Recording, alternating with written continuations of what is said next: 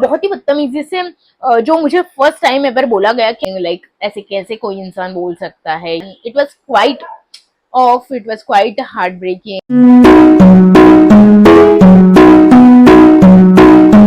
Hello everyone. So कुछ दिन पहले मैंने YouTube पे एक सीरीज ऑफ वीडियोस डाला था जिसमें मैंने बहुत सारे वीडियोस पोस्ट किए थे, जिसमें जिन लोगों को एक्टिंग में करियर की शुरुआत करनी है, जो बिगनर लेवल पे है, उनके लिए वो सारे वीडियोस थे। जिसमें मैंने इंट्रो वीडियो कैसे बनाते, ऑडिशन वीडियो कैसे बनाते, डायरेक्टर, कास्टिंग डायरेक्टर उनके सामने रीच आउट कैसे होते हैं, कैसे प्रेजेंट करते हैं, नेटवर्किंग कैसे बनाते हैं, किस किस चीज़ों से बच के रहना चाहिए खुद को, या फिर किस किस चीज़ों के लिए आपको मेहनत करनी पड़ेगी, कौन सी चीज़ों के ऊपर आपको ध्यान देना पड़ेगा, क्या क्या चीज़ें आपको लेके जानी पड़ेगी शूटिंग के लिए, उसके बाद पेमेंट मेथड, ये सारी चीज़ों के ऊपर मैंने एक एक करके वीडियोस बनाए। शायद 7 से 8 वीडियोस है, जो वो भी आप जाके चेक कर सकते हो। तो आज का ये वीडियो मैं इस चीज़ के लिए बना रही हूँ क्योंकि इन सारी चीज़ों के बाद में कुछ डिफिकल्टीज भी आती हैं।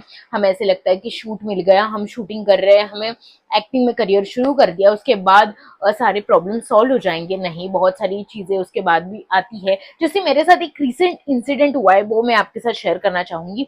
बहुत ही इंटरेस्टिंग होने वाला है, तो आप लास्ट तक जरूर देखिए। तो हुआ यूं, मैंने एक रिसेंटली एक सीरियल का शूट किया था, ठीक है। 2 दिन का शूट था, मैंने जाके किया, मेरा कैरेक्टर बहुत अच्छा था, बहुत अच्छा स्क्रीन टाइम था, सब हुआ। मैं वहां पे गई, शूटिंग कंप्लीट हुआ, मैं वापस आई।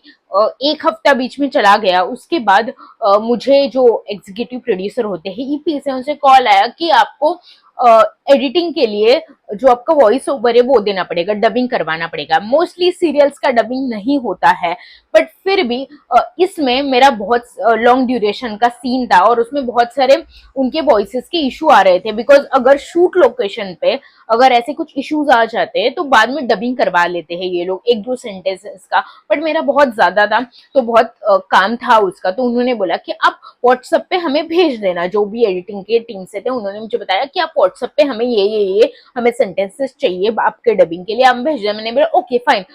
फिर तभी मैं 2 हफ्तों तक मैं घर पे थी। बट उसके बाद मैं सैटरडे संडे के लिए वेकेशन पे के लिए चली गई। वहां पे बिल्कुल भी नेटवर्क नहीं था, बिल्कुल भी नहीं।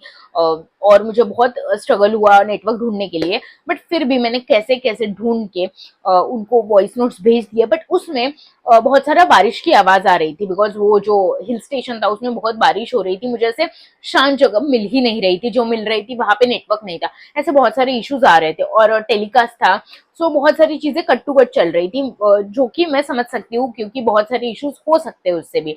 पर मैं भी कुछ कर नहीं सकती थी, उधर की साइड से भी कोई कुछ कर नहीं सकता था।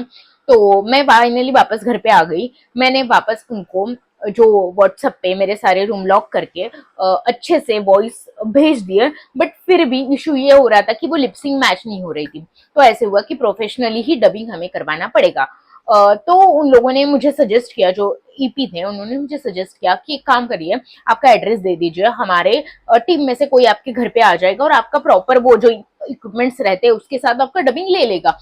But I was so uncomfortable with this idea, because कोई इंसान मेरे घर पे आए, आधा घंटा बैठे, जिसको मैं बिल्कुल भी नहीं जानती, वो मतलब मुझे ज्यादा कंफर्टेबल नहीं है। और या फिर मेरी फैमिली को भी वो कंफर्टेबल नहीं है। कोई भी काम की चीज हो, प्रोफेशनल चीज हो, वो घर पे आके काम करे कोई इंसान, कोई मतलब मेल घर पे आके वो सारी चीजें करे, या फिर मेरी डबिंग ले, मेरी फैमिली को एडजस्ट करना पड़ सकता था। या फिर अगर फैमिली भी नहीं है तो भी मैं सेफ या कंफर्टेबल फील नहीं करती कोई भी इंसान मेरे घर में आए। तो मैंने उनको बोल दिया कि आप एक काम कर दीजिए कि आप मुझे स्टूडियो में बुला लीजिए या फिर शूट के लिए बुला लीजिए, कहीं पे भी बुला लीजिए, मैं खुद आ जाती हूँ। तो उन्होंने बोला कि नहीं नहीं, ऐसे नहीं हो सकता, बहुत सारा खर्चा हो जाता है। मैंने बोला ठीक है फिर, मतलब उसमें मैं कुछ नहीं कर सकती क्योंकि मेरे घर में डबिंग के लिए किसी और को बुलाना मेरे लिए बहुत ज्यादा अनकंफर्टेबल है और अनसेफ फील होता है। तो उन्होंने मुझे कन्विंस करने की बहुत कोशिश की, बट मैं मेरी चीजों के ऊपर फिक्स थी कि इधर नहीं आ सकते, मेरे घर पे तो नहीं आ सकते। तो उन्होंने बोला ठीक है कोई बात नहीं। तो फिर उन्होंने बोला एक काम करिए कि आप एक एक स्टूडियो है वहां आ जाइए। मैंने बोला ठीक है फाइन। फिर कुछ देर बाद उनका वापस कॉल आता है, तो वो बोलते हैं कि अभी क्या करें, वो स्टूडियो भी नहीं बुक हो रहा है, ये वो प्लीज आप अपने घर पे कर लीजिए। मैंने बोला मैं किसी भी इंसान को मेरे घर में अलाउ नहीं कर सकती, मैं और मेरी फैमिली कंफर्टेबल नहीं होगी मेरे काम के चीज ऐसे आई, इट डजंट लुक प्रोफेशनल। ये मेरा क्लियर पॉइंट है। तो उन्होंने मुझे बोला कि आप इतना भी कैसे नहीं कर सकती, और उस चीज से मैं ऑफेंड हो गई। टू बी ऑनेस्ट बहुत छोटी चीज थी, बट मेरा पॉइंट ये था कि अगर मैं 3 घंटा जाने के लिए 3 घंटा आने के लिए आप जहां बोल रहे हैं वहां आके डबिंग करने के लिए रेडी हूँ, फिर भी आप मुझे ऐसे कैसे बोल सकते हो कि आप कुछ भी कैसे नहीं कर रही हो, आप कुछ भी एडजस्ट नहीं कर रही हो, ये नहीं। तो वो मेरे दिल पे लग गया, और उसके बाद मैंने उनको बोल दिया वो चीज कि आपको ऐसे नहीं बोलना चाहिए, आपका जो भी फ्रस्ट्रेशन, आई अंडरस्टैंड कि टेलीकास्ट करवाना है, जो भी करवाना है, बट उसके लिए मैं रिस्पॉन्सिबल नहीं हूँ। मैं 2 हफ्ते तक घर पे थी, जब मैं वेकेशन के लिए गई तभी भी मैंने आपको कोऑपरेट करने की पूरी ट्राई की। उसके बाद भी मैं आपको बोल रही हूँ, मैं मेरा 6 घंटा ट्रैवल करके मैं आपकी जगह पे आके डबिंग करने के लिए रेडी हूँ, बट फिर भी आप मुझे ये चीज बोल रहे हो, तो फिर तो मुझे आपके साथ कोई कोऑपरेट नहीं करना, ठीक है। अभी ये सब हो गया, फिर वो उन्होंने बोला कि ठीक है सॉरी, उन्होंने मुझे 5-6 बार सॉरी भी बोल दिया। उसके बाद भी आई वाज लाइक कि ठीक है ओके मैं आ जाती हूँ, आप मुझे कन्वीनियंस चार्जेस भेज दो। ये बात पहले ही हो चुकी थी कि मुझे कन्वीनियंस चार्जेस मिल जाएगा। तो उन्होंने बोला ठीक है आप कल शूट डबिंग के लिए चले जाना, उसके बाद आपको मिल जाएगा। But I was not ready for that thing, क्योंकि अगर मुझे इतना सब कुछ बोला गया तो मुझे कन्वीनियंस चार्जेस पहले ही चाहिए, जो मेरा थोड़ा सा मुझे लगता है कि आई डोंट नो, क्योंकि मुझे आज तक कन्वीनियंस चार्जेस जो होती है वो पहले ही मिल जाते हैं, तो मुझे पता नहीं था। तो फिर अभी मैं जहां से कास्ट, जो मेन स्टोरी है यहाँ से शुरू होती है।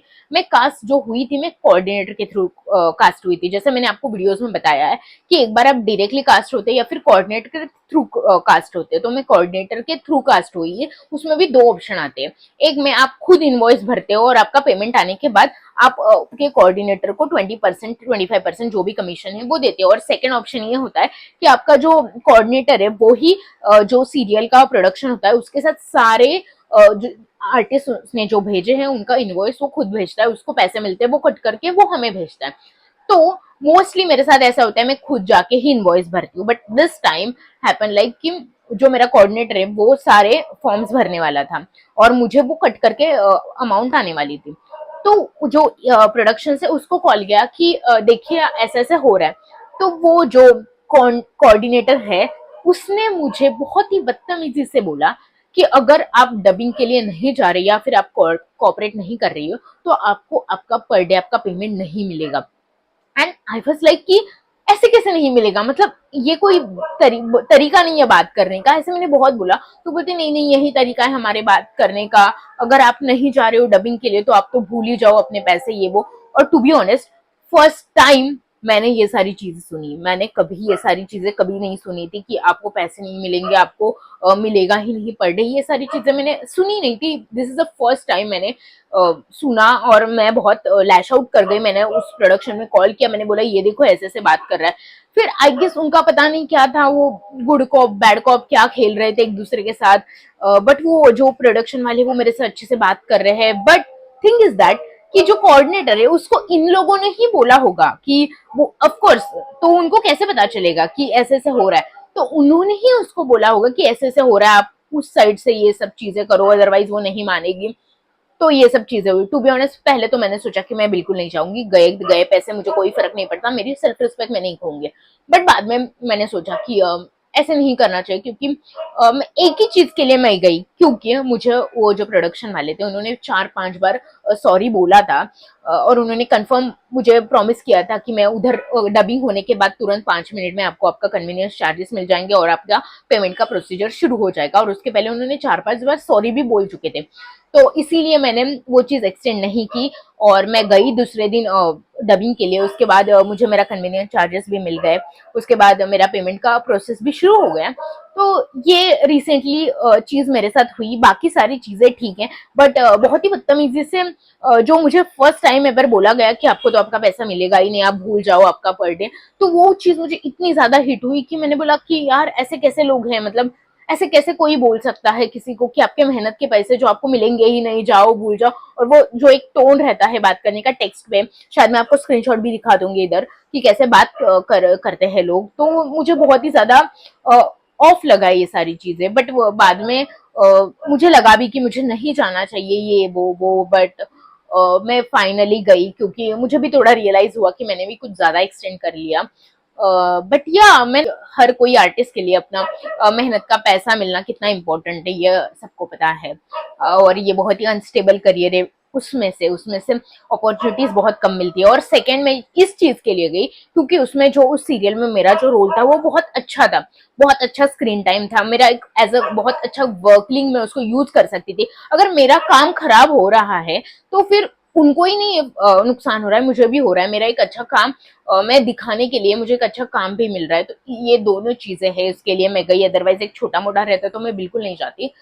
So yeah, this is the thing happened with me recently, and it was quite heartbreaking, like ऐसे कैसे कोई इंसान बोल सकता है, ये वो ऐसे बहुत सारी चीजें सोचे। बट कहीं ना कहीं मैंने खुद को पीस आउट करने के लिए मैंने सोच लिया कि मैंने भी कुछ ज्यादा एक्सटेंड कर लिया था। सो या this is the thing happen recently. अगर आप भी इस करियर में शुरुआत कर रहे हो तो ये सारी चीजें ध्यान में रखो कि ये सारी चीजें हो सकती है। कभी कभी आपको आपके ही पेमेंट के लिए बहुत ज्यादा लोगों के पीछे पड़ना पड़ेगा, बहुत ज्यादा उनको मैसेजेस करने पड़ेंगे, खुद कॉल करने पड़ेंगे, उनको बताना पड़ेगा इमरजेंसी है, तब जाके वो करेंगे। और रिसेंटली मेरे साथ एक चीज हुई थी, मैंने एक प्रोजेक्ट किया था, उसका जो पेमेंट था दो उन्होंने 1 महीने का प्रॉमिस किया था, 1 महीने में हो जाएगा, जो नहीं हुआ। 2 महीने हो गए, उसके बाद मैं उनको हर हफ्ते कॉल कर रही हूँ और वो बोल रहे कि नहीं नहीं पक्का 2 दिन में हो जाएगा, 2 दिन में हो जाएगा, 2 दिन में हो जाएगा। उसके बाद मैंने कंटिन्यू उनको 15-20 कॉल किए, उनको मैंने बोला कि मुझे इमरजेंसी है, मुझे दूसरी जगह मुझे रेंट पे करना है, ये वो बहुत सारी चीजें बोली। तब जाके उन्होंने तुरंत मतलब बहुत ही ज्यादा परेशान होके मेरा पेमेंट रिलीज किया, बहुत परेशान होते। मतलब कैन यू इमेजिन, अपना खुद का पैसा जो हम हार्ड वर्क से कमा रहे हैं, जो हमें 2-3 महीने के बाद मिल रहा है, उधर भी सामने वाला एकदम परेशान होके तुम्हें वो पेमेंट भेज रहा है। ऐसी सिचुएशन हो रही है। मतलब लास्ट लाख तक वो इरिटेट हो गया था कि आप ऐसे क्यों कर रहे हो, कितना कॉल कर रहे हो, ये वो ऐसे होके परेशान होकर उसने मुझे पैसे भेज दिए। सो ये सारी चीजें भी फेस करनी पड़ती है। You have to be mentally very strong about that. इधर आपको हर time presence of mind use करना पड़ेगा, किसको कैसे कैसे किसके साथ कैसे बात करनी है, वो सारी चीजें आपको ध्यान में रखनी पड़ेगी। So that's it, this is the thing happen with me. I hope ये आपको हेल्पफुल रहे, यूजफुल रहे। नेक्स्ट टाइम आप कभी भी किसी के साथ कुछ भी डील कर रहे हो तो अच्छे से सब सोच समझ के करना, या फिर कैसे कब अपना ईगो बाजू में रखना है और काम निकलवाना है और काम करना है अपना, या फिर चीजें स्मूथ रखनी है, रिलेशनशिप मेंटेन करनी है। तो ये सारी चीजें टाइम टू टाइम आप जैसे जैसे आपको एक्सपीरियंसेस आएंगे वैसे वैसे आप सीखोगे। So thank you so much guys for watching, love you.